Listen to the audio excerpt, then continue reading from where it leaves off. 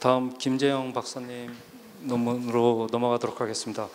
여러분 잘 아시다시피 김재영 박사님께서는 작년에 발표를 하셨고, 또 대학원생들이 있고 우리 그 대행선 사상에 대해서 연구도 발표도 하시고 그러셨습니다. 서강대학교 정교학과 교수십니다.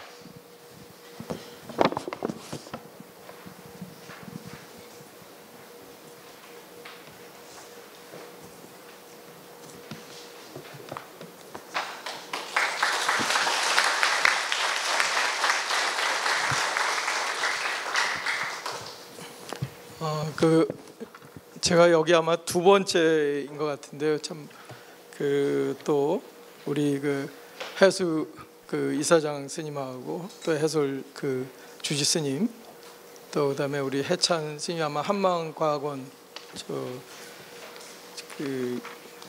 전체 책임자시죠. 그리고 우리 부원장님인 이양희 형님, 모두 감사를 드립니다. 또 함께해 주신 여러분들 감사를 드리고요. 제가 2년을 이 한마음과학원하고 갖게 된 건 학생들 필드 트립 데리고 와서 제가 어떻게 2년이 닿아서 지금까지 왔는데 죄송합니다. 제가 영어로 글을 써서, 근데 이제 말은 한글로 할 겁니다. 그런데 이유는 바깥에다가 한국에 좀 새롭게 일어나는 이 종교 현상들을 좀 내고 싶어서, 그래서 어떻게 쓰다 보니까 거의 한 150페이지가 됐습니다. 그래서 조금만 더 쓰면 뭔가 좀 이렇게 내놓을 수도 있겠다는 생각이 있어서 이번에도 제가 영어로 글을 썼고, 그리고 이거를 조금 더 확장을 해서 대만, 그다음에 이 일본, 그리고 이제 한국하고 해서 제가 대만의 자제공덕회, 그다음에 일본의 신요엔, 또 한국에서의 이 한마음 선원, 그것뿐만 아니라 지금 제가 몇 번은 그분들하고 대담을 한 적이 있습니다. 교토대학에서 소위 일본의 교토학파라고 있지 않습니까? 이제 그쪽하고 또 제가 거기를 또 들여다 보니까 굉장히 연결점이 많이 있는 것 같습니다. 우리 대행 스님과 관련된. 그래서 좀 기회가 되면 앞으로 좀 그런 쪽으로도 조금 더 확장을 지금 해나가려고 합니다. 오늘 제가 여러분들하고 조금 나눌 얘기는 대행선사의 이제 삶이죠. 저술에 이제 축적되어 있는 심리학적인 이제 통찰입니다. 제가 작년에 여기서 발표할 때 아마 공 교수님으로 아는 건데, 이제 카이스트에 계시는 교수님하고 몇 분들이 대행 스님의 자전적인 얘기가 그렇게 중요하냐, 이제 이런 말씀을 또 하셨고, 그리고 우리는 지금 오늘도 여기서 이야기를 하면서 많이 우리가 들리는 이야기들은 뭐냐면 꽃에 대한 얘기가 많습니다. 이게 결과적인 얘기죠. 한마음, 주인공, 또 오공, 이런 얘기들은 전부 다 어떻게 보면 결과물들이지 않습니까? 근데 그러한 결과물들이 나오기 이전에 대한 부분이 통합적으로 이해되는 부분이 굉장히 상대적으로 조금 좀 제한이 되어 있지 않나. 그럼 이거를 전체적으로 한번 좀 들여다볼 이런 프레임이 좀 필요하지 않을까. 그래서 이제 그런 차원에서 이 대양 스님이 갖고 계셨던 이 삶, 또는 그 다음에 법문을 해놓으셨던 그런 이야기들 안에 전체적으로 관통하는 게 이게 뭘까? 저 나름대로 이제 구조적으로 4가지 패턴이 있는 것 같습니다. 그래서 이제 그 얘기를 하기 위해서 제가 심리학적인 통찰이라는 말을 썼습니다. 그래서 지금까지 제가 대행 스님에 대한, 앞으로 대행이라고 부르겠습니다. 대행에 대한 어떤 대행 선사에 대한 연구는 불교 교리의 맥락에서 보는, 그러니까 전통하고 대행의 생각하고 이 연결하는 이런 논의가 굉장히 많이 지금부터 이루어지고 있는 것 같습니다.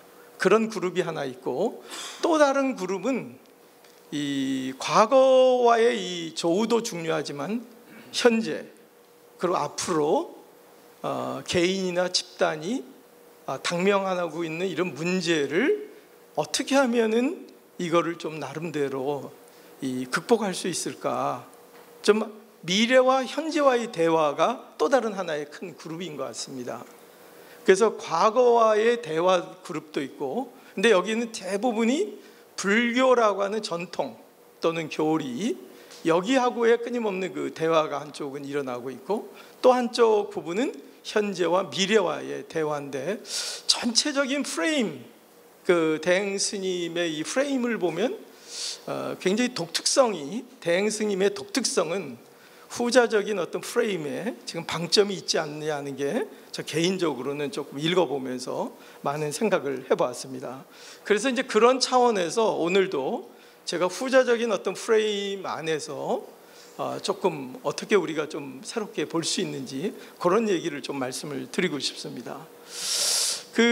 이 구조는 뭐 여러 가지 여기에 나와 있는데요. 그래서 심층 심리학적인 어떤 통찰, 어떻게 보면 대행 스님이 전체적으로 관통하고 있는 소위 심층 심리학적인 통찰을 한번 저런 구조로 한번 들여다 보려고 합니다.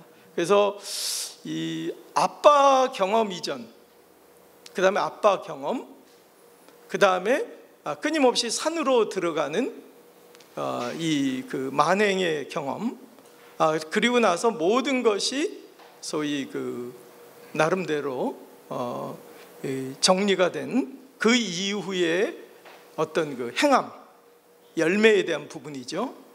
그러니까 경험과 큰 질문이 있었고, 그 다음에 그 질문에 대한 나름대로 전체적으로 있었던 경험, 그리고 그 경험에 대한 끊임없는 확증에 대한 이런 확증의 연속이 어떻게 보면 만행이었던 것 같습니다.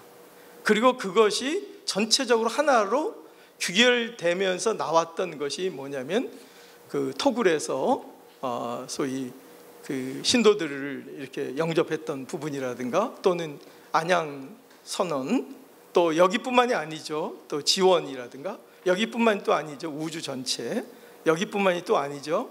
어떻게 보면 보이지 않는 세계, 여기뿐만이 아니죠. 또 우리 몸.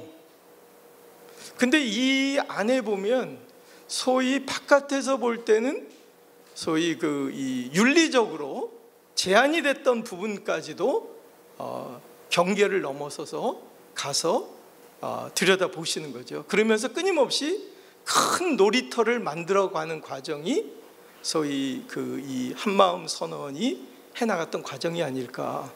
그래서 어떻게 보면 그 놀이터는 어떻게 보면 틀이 이게 묶어져 있는 틀이 아니라 굉장히 전체적으로 좀 열려 있는 그런 우주적인 어떤 틀, 이런 부분이 좀 있지 않았을까. 그래서 이 경험을 갖고, 큰 질문을 갖고 그 어린 나이에 어떻게 보면은 이 산에 가서 있었던 아주 어린 나이에, 그 다음에 거기에서 무서웠는 공포까지도 친구로 만들고, 또 벌레까지도 친구로 만들고, 나무까지도 친구로 만들고, 또 하물며 거기에 배설물까지도 친구로 만들고, 또 죽은 시체까지도 친구로 만드는 건, 이건 어마어마한 능력인 거죠.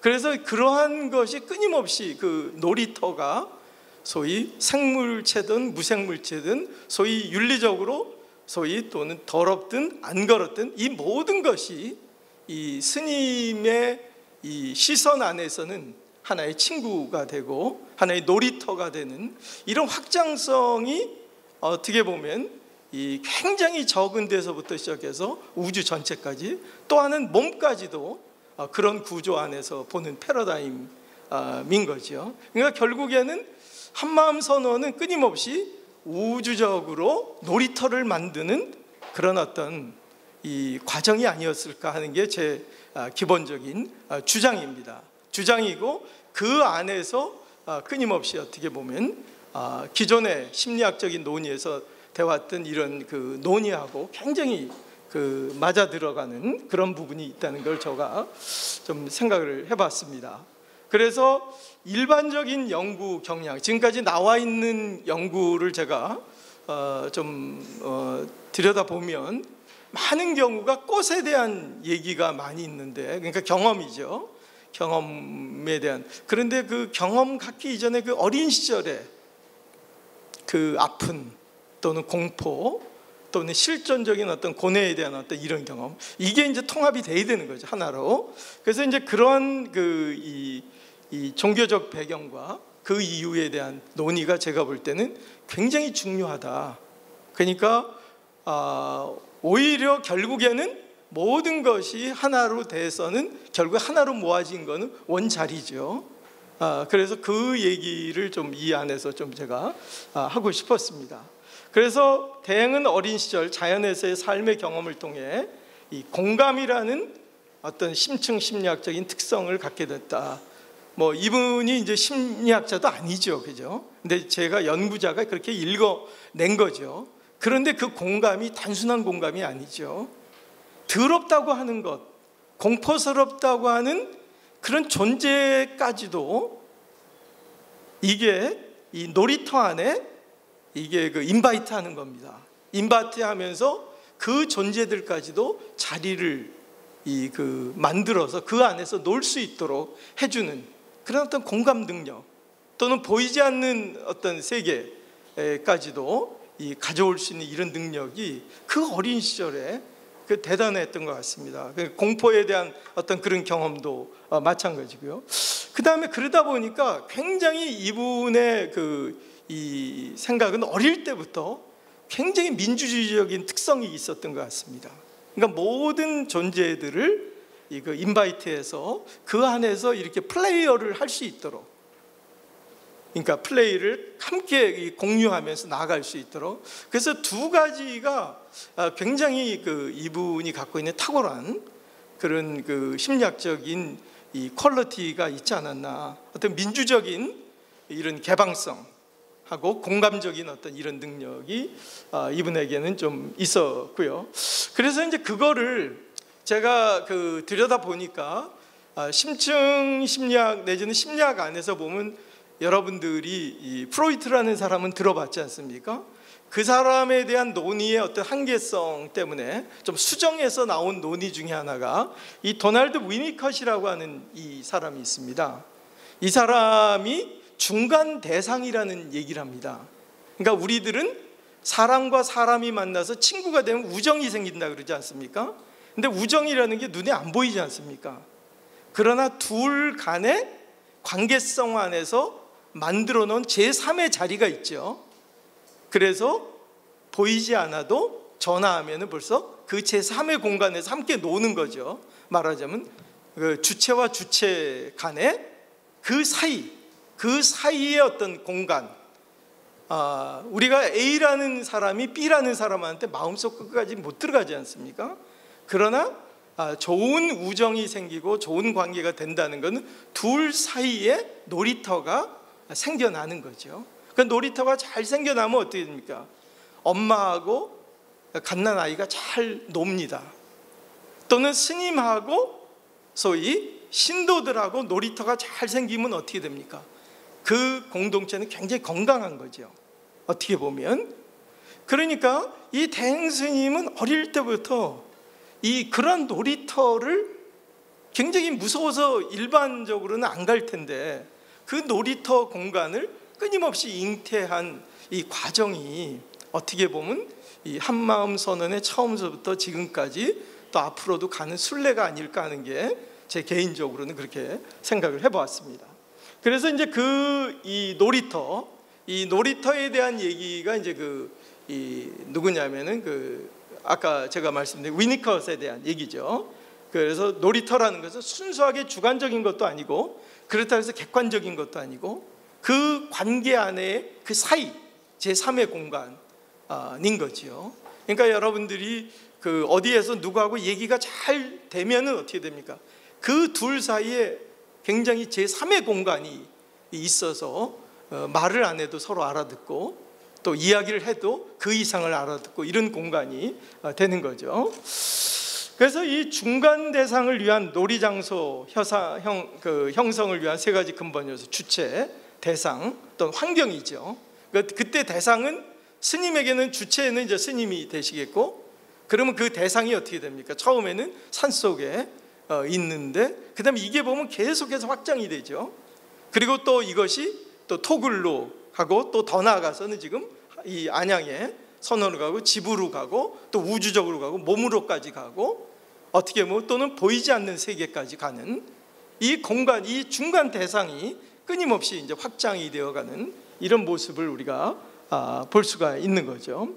그래서 위니컷의 놀이터 개념처럼 대행의 놀이터도 어린 시절에 국한되지 않았죠. 자연에서 보낸 어린 시절 경험은 훗날 대행이 온갖 존재들을 평등하게 대하는 방식의 깊은, 어떻게 보면 제가 볼 때 그때부터 이미 훈련을, 또는 그때부터 이미 굉장히 깊은 그 통찰을 갖고 계신 게 아닌 하는 게 제 생각입니다. 그리고 이제 그런 과정 안에서 보면 이 스님이 굉장히 보면 이 제3의 공간을 만드는데 이 기복적인 거 굉장히 경계를 하셨죠.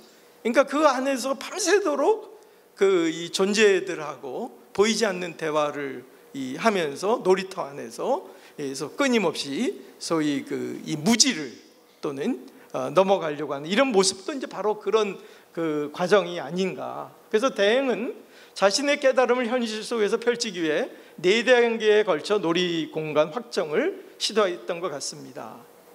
그래서 이 상원사 건성함 뭐 이런 것도 있고, 그 다음에 이 안양에 1971년 맞죠? 맞습니까? 지난번에 제가 왔을 때는 뭐가 잘못됐다 그래서 71년 확실히 맞습니까?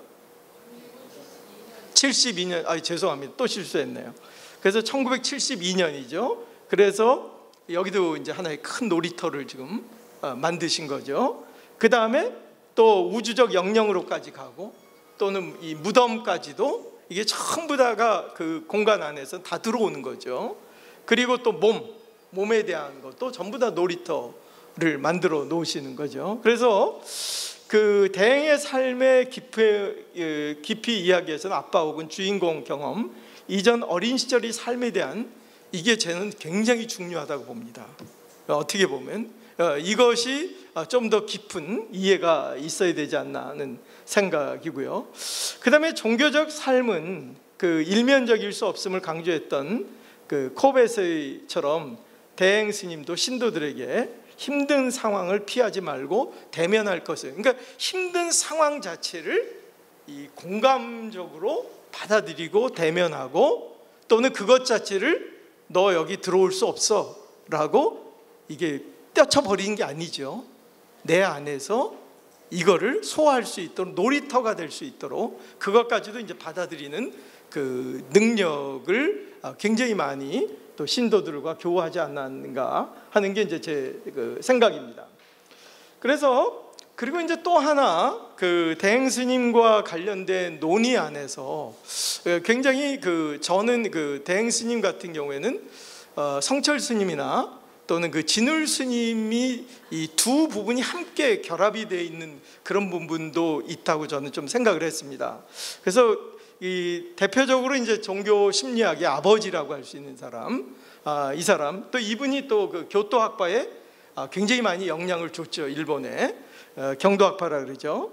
그래서 윌리엄 제임스는 그 종교적 경험의 다양성 안에서 보면 이 사람의 이 경험을 보면 구체적으로 보면 한 두 가지 유형으로 크게 그 유형론적으로 이제 하나는 이 점진적인 이 경험의 유형이 있고, 또 하나는 갑작스러운 이런 유형이 있는데, 어떻게 보면 불교적인 또 그 언어로 얘기하면 돈오냐 점오냐 또는 돈수냐 점수냐 뭐 이게 굉장히 복잡한 얘기는 이제 불교학을 하시는 분들한테 제가 맡기고, 근데 제가 볼 때 어떻게 보면 이 스님의 그 논의 중에서 이 점수적인 측면이 조금 더 깊게 스케치가 될 필요가 있지 않느냐 하는 게 이제 제 생각입니다.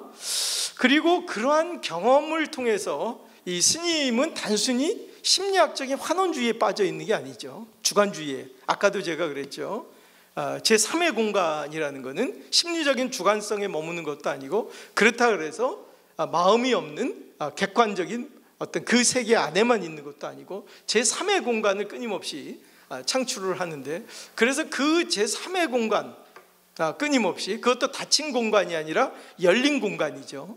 그러니까 언어로 확정적으로 이렇게 선언할 수가 있는 게 아니라 뭔가 네이밍이 필요하지만, 그 네이밍을 윌리엄 제임스 같은 경우는 뭐라 그러냐, 모어, 좀 더, 플러스, 뭐 이런 얘기를 지금 하는 겁니다. 그래서 이제 그런 논의가 대행 스님 할 때는 끊임없이 어떻게 보면 일어나는 어떤 주인공에 대한 어떤 경험, 뭐 이런 게 하고 좀 연결해 볼 수 있지 않은가 하는 게 저의 생각입니다.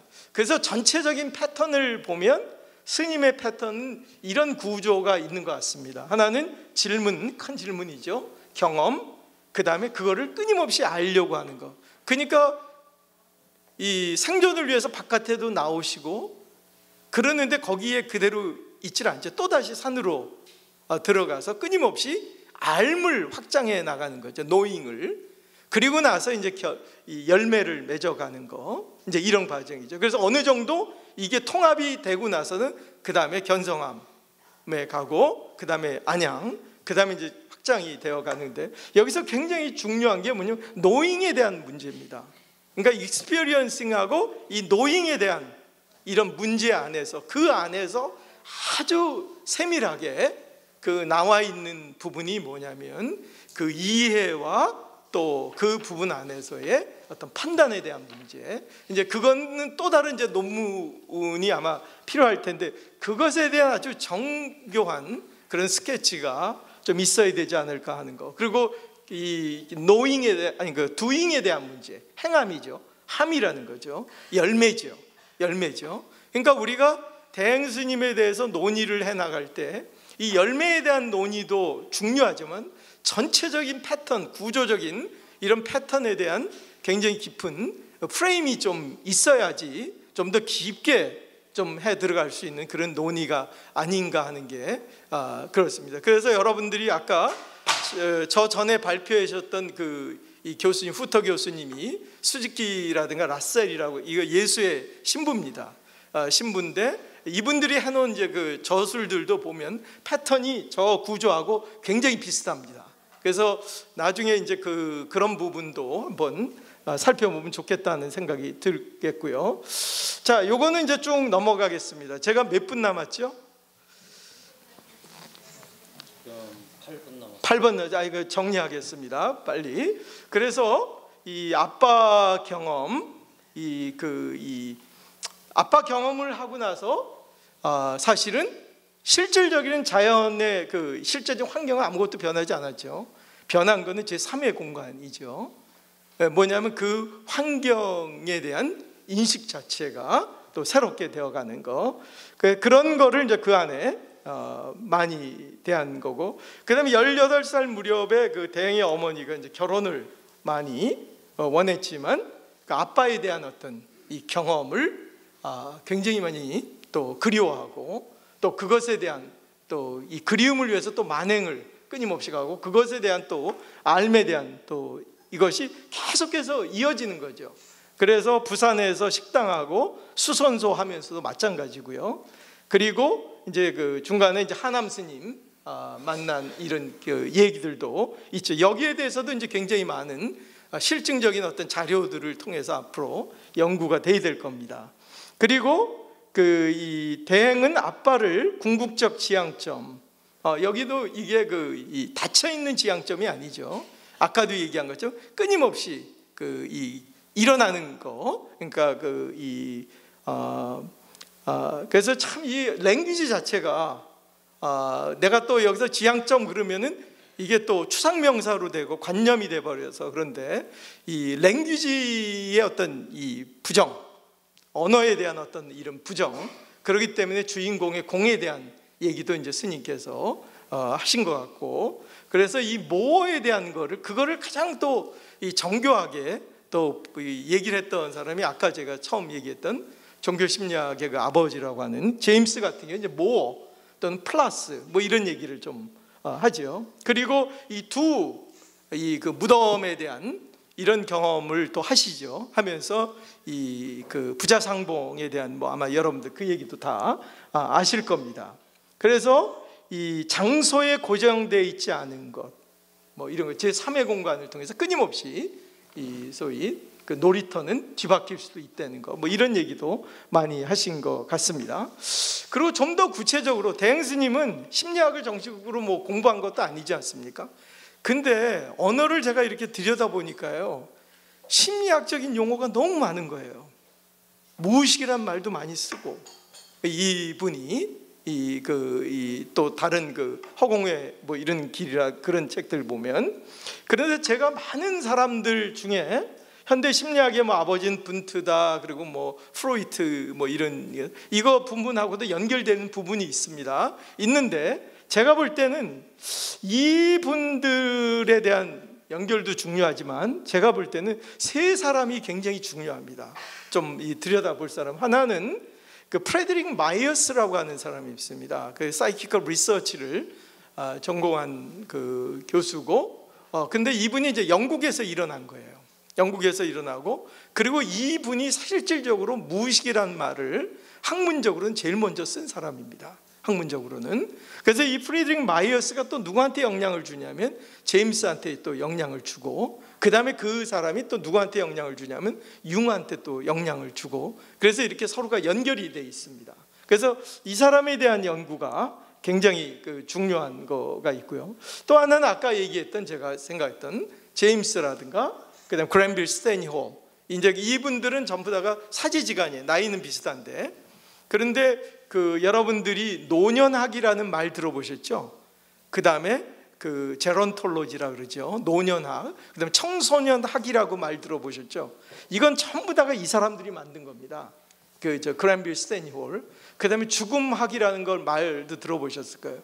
그것도 학문적으로 정초를 놓은 사람들이 전부 다 이 사람들입니다. 특히 그랜빌 스탠홀이라는 사람이고, 질풍노도의 시기라는 말도 들어보셨죠? 그것도 전부 다 그 사람이 얘기를 한 거죠. 그 다음에 교육학. 그리고 저 사람이 바로 존 두이의 스승입니다. 존 두이의. 그래서 이분들의 글이 좀 들여다봐요. 그 다음에 이제 또 하나는 이제 융에 대한 글인데, 그래서 이제 그 융에 대한 논의도 좀 많이 좀 들여다볼 필요가 있지 않을까 하는 게 제가 생각이 들고. 다 됐죠, 시간이? 2-3분 남았습니다. 2-3분 남았습니까? 그 다음에 이 주인공에 대한 그 이미지가 보면 아까도 뭐 여러 개 나와 있지만 뭐 용광로 얘기도 있고, 그 다음에 또 어디죠? 그 책에 지금 그 중심 텍스트로 나와 있는 게 무슨 책이죠? 갑자기 생각이 안 나네요. 예? 한마음 요전 말고 또 그 안에 보면 여러분들이 한번 들여다보십시오. 제가 그 언어를 전부 다 한번 찾아봤는데 세탁이라는 말을 많이 쓰셔요. 세탁이라는 거, 워싱머신이라는 거 말도 많이 쓰고, 쿠킹이라는 말도 많이 쓰는 거죠. 결국에 우리 안에 있는 거를 더러운 것도 잘 쿠킹할 수 있도록 또는 빨 수 있도록, 이런 이미지가 이 안에 보면 굉장히 많이 갖고 있는 게 아닌가 하는 게 저는 그 이미지에 대한 연구. 그래서 그리고 그거는 이분이 또 하나는 뭐냐면 자기가 한다 뭐 이런 것이 아니라 맡기려는 거죠. 이런 것도. 근데 이 맡기려면 그냥 못 맡겨지죠. 그러니까 트러스트가 있어야지 맡기는 거죠. 트러스트가 있어야지. 그래서 이 믿음에 대한 강조도 이제 굉장히 많이 얘기를 했고, 그리고 그 믿음을 얘기를 하면서 이분이 여기는 안 썼는데 죽음에 대한 문제를 굉장히 많이 해요. 죽어야 된다. 그래서 저는 어떻게 보면 그 자리가 기독교에서 얘기하면 십자가 자리인 것 같아요. 그래서 이 교토학파에도 보면 기독교하고 불교하고의 대화할 때 보면 그 보이드에 대한 얘기라든가 이런 것이 구체적으로 이 스님한테는 죽어야 된다, 죽는다, 맡겨인다. 이거는 엄청난 용기와 결단이 있어야 되는 거죠. 이게 예수도 죽지 않으려고 그러셨잖아요. 무서워하셨고, 그런데 맡겼죠. 이런 부분이 제가 볼 때 굉장히 현대적인 차원에서 새로운 거를 좀 얘기해 줄 수 있는 이런 게 아닌가 하는 게 저는. 그리고 이분이 보면 그 세팅 자체가 개인하고 만날 때도 그렇고, 이게 놀이터 공간 만들면서 이제 서로가 힐링하고 힐드 해주는 이런 과정이죠. 그 사람들하고 법문할 때도 보면 그 세팅 자체가 기가 막히게 얘기를 하시면서 이게 놀이터가 금방 만들어지는 거예요. 예. 그래요. 제가 그러면 거의 끝내겠습니다. 예. 그래서 이런 공간뿐만 아니라 이 법문을 하실 때도 보면 이제 그런 게 많고, 이미지, 퍼네이스 이미지, 가드너의 이미지도 있고, 텔레폰, 메일박스에 대한 이미지, 워싱머신의 이미지, 또는 마스터 키에 대한 이미지, 이런 게 많이 있죠. 그래서 이제 결론에 보면은, 그래서 지금까지 우리는 대행이 과학적 언어, 특히 심층 심리학적 언어를 통해 일반과의 접점을 넓혔던 것을 살펴보았습니다. 대행은 심층 심리학자 중에서도 프로이트의 정신분석적 입장보다는 융의 분석 심리학적 입장에 가까이 서 있었다고 할 수 있고요. 그래서 대행은 심리학 언어의 도움이 심리학적 환원으로 키우는 것을 경계하면서 우리의 마음에 심층에서 흘러나오는 에너지는 종교적 영적인 것으로 생각했다는 것이고요. 그래서 대행의 어린 시절의 아빠 경험의 중요성을 잊어서는 안 됩니다. 하지만 우리는 동시에 그 이후 그녀가 만행을 통해 초기 아빠 경험을 통해 얻은 일종의 직관을 실제적이고 이러한 것으로 전해내는 과정도 있어야 된다는 거죠. 그러니까 무슨 얘기냐면, 그러니까 하나 얘기를 드리면, 이제 이 산에 가셨기 전에 아빠로부터의 이제 고통을 받고, 그다음에 산에 들어가고, 그다음에 경험하고, 그다음에 끊임없이 만행하고, 다시 이제 이 현실 세계로 돌아오는 이 과정이 하나로 되어가는 이 전체적인 프레임이 좀 더 깊게 스케치가 앞으로 좀 될 필요가 있고, 그거를 관통하는 입장에 저는 굉장히 심리학적인 어떤 통찰이 우리가 좀 발견할 수 있지 않을까 하는 게 제 생각입니다. 감사합니다.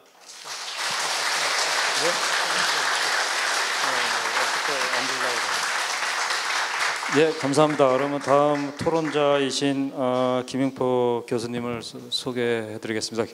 이 김 교수님께서는 동국대학교 종교학과 교수님이셨고 지금 명예교수로 계십니다. 불교 종교교육 연구학회장도 하셨고 한국 불교학회 회장도 하셨고 이 분야의 어떤 최고 연구자이시면서 지도자라고 생각합니다. 그럼 말씀 부탁드리겠습니다. 네. 김재용 교수님이 영문으로 된 논문을 쓰셔서 독해하는 데 상당한 시간이 걸렸습니다.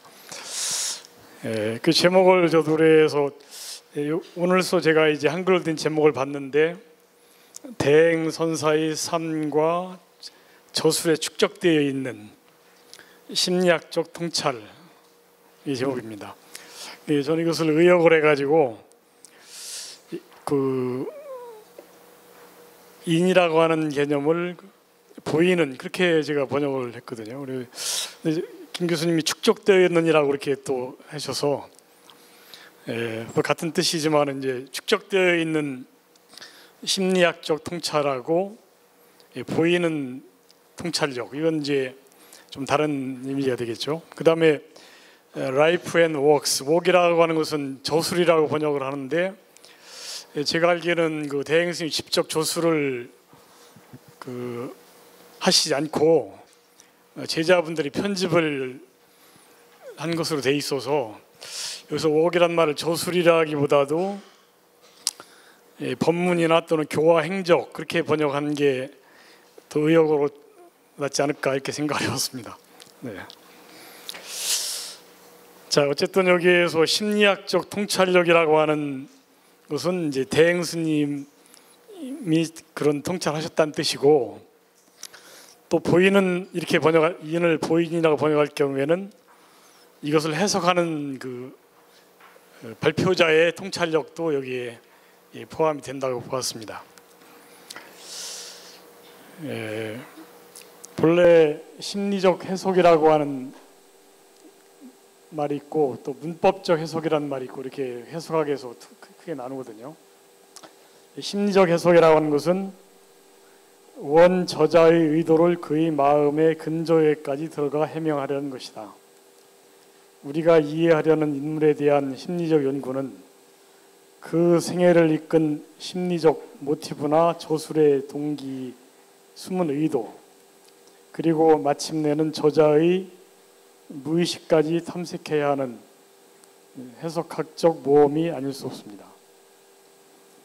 그러므로 해석학을 세운 슐라이어마하는 말하기를 해석자는 원저자 자신이 자기를 이해한 것보다 더 깊이 원저자를 이해해야 된다. 뭐 그런 말을 남겼습니다. 대행 스님도 이렇게 말씀하셨다고 합니다. 심성과학은 잠재의식과 현재의식이 개합되어 이심으로 돌아가지 않고서는 완전한 연구를 해낼 수 없다.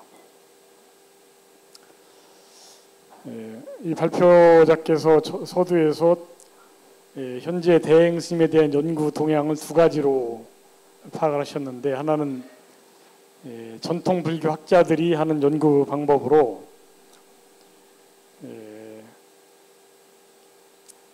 대행 스님의 실제 삶이나 법문보다는 대행 스님과 전통적인 불교의 교리나 역사에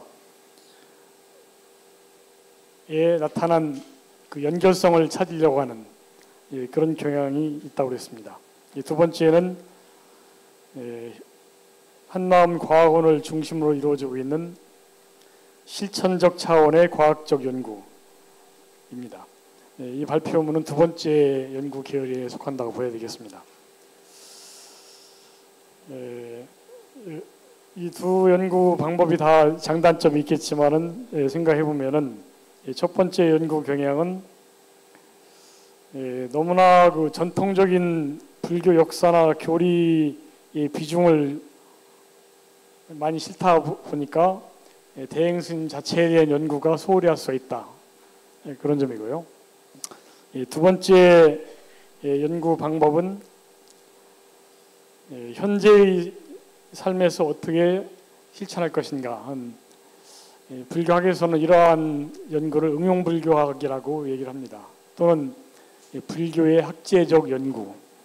그러므로 대행선 연구원에서 하는 연구는 주로 전통 불교와 대행선과의 연결고리를 탐구하는 교리적, 역사적 연구가 중심이 되고, 과학원에서 연구하는 것은 현재와 미래와의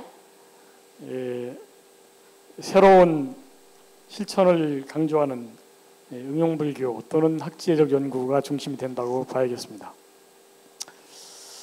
제가 여기서 얘기하려고 하는 것은 이 두 접근 방법이 뭐 어느 것이 더 훌륭한가 뭐 그런 우열의 비교가 아니고 둘 다 장단점이 있다는 점입니다. 하나는 첫 번째 접근법은 전통의 환원주의 또는 특정 사상적 관점에서 대행을 해석하는 종합적 독단주의에 빠질 우려가 있다. 이것은 뭐 제가 우려를 하고 있는 건지 그건 모르겠습니다. 이것은 전통의 환원, 꼭 대행 선사와 전통과를 연결을 시켜야만이 된다는 그런 관념인데 꼭 그럴 필요가 있을까 하는 게 저의 생각이고요. 자, 두 번째 접근법은 과학적 환원주의 내지는 신앙적 독단주의에 치우칠 가능성도 있다고 본다. 물론 이제 과학원에 계신 분들은 그렇지 않다고 주장하실 수 있겠지만은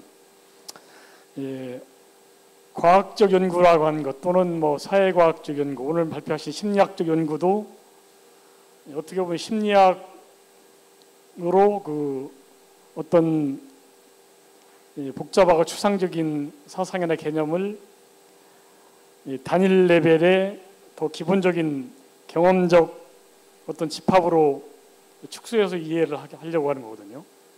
그럼 특정한 부분에서는 더 명료하게 이해를 할 수 있지만은 전체적으로 보면은 환원주의에 속한다고 볼 수 있는 겁니다.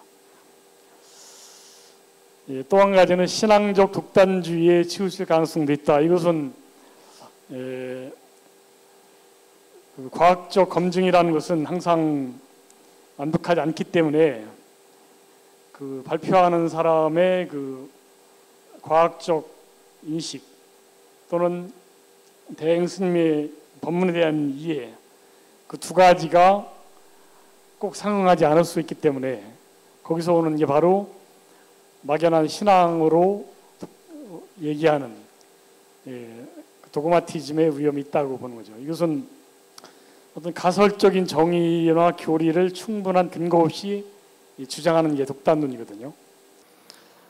제가 이런 얘기를 하는 것은 여러 학문적 접근 방법의 그 장단점을 명확히 이해함으로써 더 명확하게 대행 스님의 가르침을 이해할 수 있다는 그런 의도입니다. 중요한 것은 대행의 종교는 대행 본래의 의도대로 해석되어야 한다는 점일 것이다. 그래서 제가 대행의 종교라는 말을 또 사용을 하게 됐는데 대행선 그런 말은 지금 많이 사용하고 있습니다. 그러나 제가 볼 때 대행 스님은 대행 스님 나름대로의 어떤 독창적인 종교와 사상을 가지고 있기 때문에 대행의 종교 이런 말도 사용할 수 있겠다. 그런 생각입니다.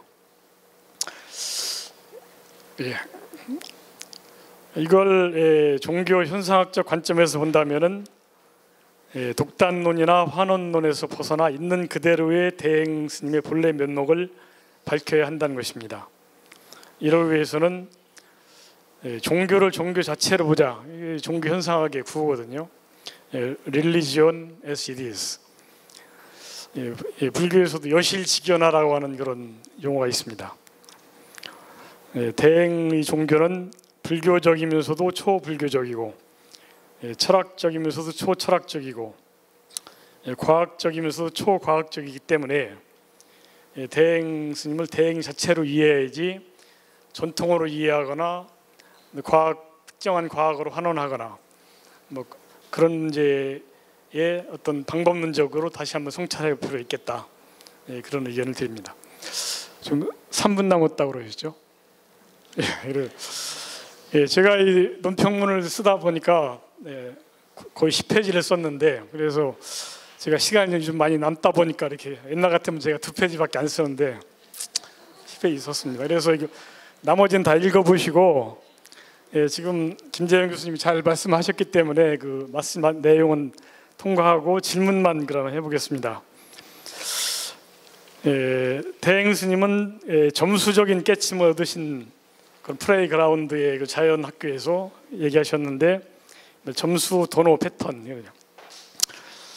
다른 의견으로 대행 스님은 이미 도노적 깨침을 지니고 탄생한 선지식이었다. 그러므로 사실은 점수적인 관계 수행 과정도 필요 없으셨다는 그런 설도 있는데 어떻게 생각하시는지. 그다음은 이제 스승과 경전, 자연 플레이그라운드가 대행 스님의 스승이었고 또 거기에서 많은 공감 능력을 발휘하셨다는 좋은 발표하셨는데 어느 대행 스님 말씀 보니까 경전이란 세상을 말하는 것이다. 그러나 경전이 나타나고부터 사람들은 경전을 본원하고 세상을 보지 않게 되었다. 이 경전은 책이 아니고 이 세상이고 자연이라고 하는 그런 아주 독특한 경전관을 가지고 계십니다. 여기 상당한 감동적인 제가 이제 경전 해석학을 많이 공부를 했기 때문에 대행 스님의 경전관이야말로 독특하다. 그런 생각을 했고요. 그 발표자께서 성 아우구스티누스의 기독교에서도 성경과 우주의 성경이 따로 있다고 한 말로 제가 공부를 했고요. 또 화엄경에서도 용수보살이 용궁에서 가져온 화엄경이 있고 또 우주 3천 대천세계의 화엄경이 있다는 그런 그 상징이 있습니다. 자, 그 통과하고요. 질문의 중요한 점은 다원적 종교 체험과 아빠와 주인공의 심층 심리학적 상징성에 관한 문제인데, 대행 스님이 다양한 종교 체험을 하셨습니다. 그 상해를 보면은 수녀가 대생하셨고 하나무 스님도 만나셨고 또 아빠라고 하는 그런 체험도 하셨고 그런 많은 종교 다원적인 종교 체험이 나중에 주인공 사상으로 융해되어 간 문제를 융의 그 심층 심리학에서 말하는 자기 원형 또는 무의식의 어떤 침묵의 소리, 그런 무의식이 모든 경험을 하나로 통합시키는 자기 완성의 모델이고 또한 역동적인 힘이 된다는 그런 심리학적인 차원에서 이 대행 스님의 다양한 종교 경험을 어떻게 해석할 수 있을까 하는 질문입니다. 마지막으로 주인공 이미지에 대해서 또 여러 가지 그림으로 설명을 잘 해주셨는데, 칼 융도 그 관무량수경의 16관법에 나오는 여러 가지 물이나 태양이나 뭐 이런 많은 그 이미지를 그 하나의 그 인간을 정화시키고 일깨워주는 그런 상징으로 봤고, 융도 역시 그 종교 상징의 중요성을 얘기를 했습니다. 이제 문제는 심층 심리학이나 또는 대행 스님의 그 법문의 최종적인 그 지향점이 인간의 어떤 고의 치유고 심리적 상담이고, 또한 그 분석 심리학이나 정신 분석으로 본다면은 어떤 심리 치유적인 그런 기능이 있습니다. 만일 아까 얘기하신 그 뭐 교토학파의 그 이제 융도 교토학파의 그 히사마츠 신니치라는 스님과 대화를 했고, 그 대화가 융의 사후에 사이콜로지아라는 잡지에도 실린 걸 제가 봤는데요. 만일 대행 스님과 융이 만나서 이런 문제 가지고 대화를 한다면 어떤 대화를 할 수 있을까? 예를 들면은 불교의 선지식은 정신분석 의사에게 정신치료하는 의사도 아직 환자의 힘을 벗어나지 못한다, 이렇게 얘기를 할 수 있다고 보는데, 영혼의 심리학자, 영혼의 의사라고 하는 융은 과연 그 자기 실현론이나 개성화 이론과 한마음 선언, 한마음 주인공 관법, 왜 심층 심리요법과 어떤 그 근본적인 차이가 있을 것인가, 뭐 이런 문제가 질문이 됐습니다. 마지막으로 발표자께서 대행의 종교적 가르침과 심층 심리학 사이에 근본적인 통로를 발견할 수 있다고 보았고, 또한 대행 선사는 우리 한국적 맥락에서 심층 심리학자 또는 종교 심리학자를 확인할 수 있다고 강조했습니다. 본 연구에서 시도한 심층 심리학적 접근은 기존의 대행 연구자들이 다루지 못한 영역입니다. 그러므로 평자는 대행의 삶과 수행 과정과 그 심리적 궤적을 추적하여 심층 심리학적 종교인으로서의 대행 선사의 본면목을 다시 인식해 준 발표자에게 경의를 표합니다. 이 연구가 차후 이 분야 연구에 좋은 모델이 되고 새로운 심리학적 연구 방법이 계속 개발되기를 기대합니다. 감사합니다. 예, 제가 잠깐 개입하겠습니다. 지금 그 8분이 이제 약속한 시간에 8분이 지났고 우리의 휴식 시간이 8분이 지나서 12분뿐이 안 남았습니다. 근데 지금 제가 생각할 때 종합 토론에서 이렇게 발표를 하시고 어떻게 제가 짚고 딱 30초만 드리겠습니다. 딱 30초 동안만 말씀해 주시고 나머지는 종합 토론에서 토론해 주십시오. 우리 그 김 교수님이 굉장히 잘 해주셔서 감사를 드리고요. 제가 여기에서 하려고 하는 아규먼트는 사실은 행간에 제가 많이 글을 썼는데 종교 심리학의 최종 방점이 아닙니다. 그건 하나의 방편입니다. 뭐냐면은 종교가 심리학으로 갈 수는 없습니다. 그거는 하나의 방편이고 결국에는 그래서 제가 이제 주장하는 거는 뭐냐면 기독교 안에서 이제 폴 틸릭이라고 하는 유명한 그 신학자가 있고 종교 철학자가 있습니다. 최근에 그 사람의 논의를 그 심층 심리학으로 해석하는 게 많이 있습니다. 그래서 그분들이 논의가 나오면 소위 융이라든가 또는 소위 그 정신분석 쪽에 대한 논의가 내가 볼 땐 이거는 지금 그 조금 한번 비판적인 세례가 필요합니다. 어떻게 보면. 그래서 제가 주장을 하려고 하는 거는 뭐냐면 대행 스님을 심리학이라고 하는 여기에 가두자는 게 아니고 심리학이 지금 갖고 있는 한계가 너무 많습니다. 그리고 소위 그 사이코세라피가 중구난방으로 막 이게 생겨 나가는 거예요. 그래서 다시 그래도 저는 여전히 종교가 희망이라고 보는 사람입니다. 그래서 이 방편적인 어떤 논의를 통해서 정교한 대화가 이루어지면 어떻게 보면 심층 심리학이 갖고 있는 한계점도 극복할 수가 있고 새로운 어떤 논의가 나갈 수 있지 않는 게 하는 게 제 핵심적인 주장입니다. 여기서 하는 게. 그 정도로 말씀을 드리겠습니다. 네, 감사합니다. 이것으로서 세션 3를 마치도록 하겠습니다. 감사합니다.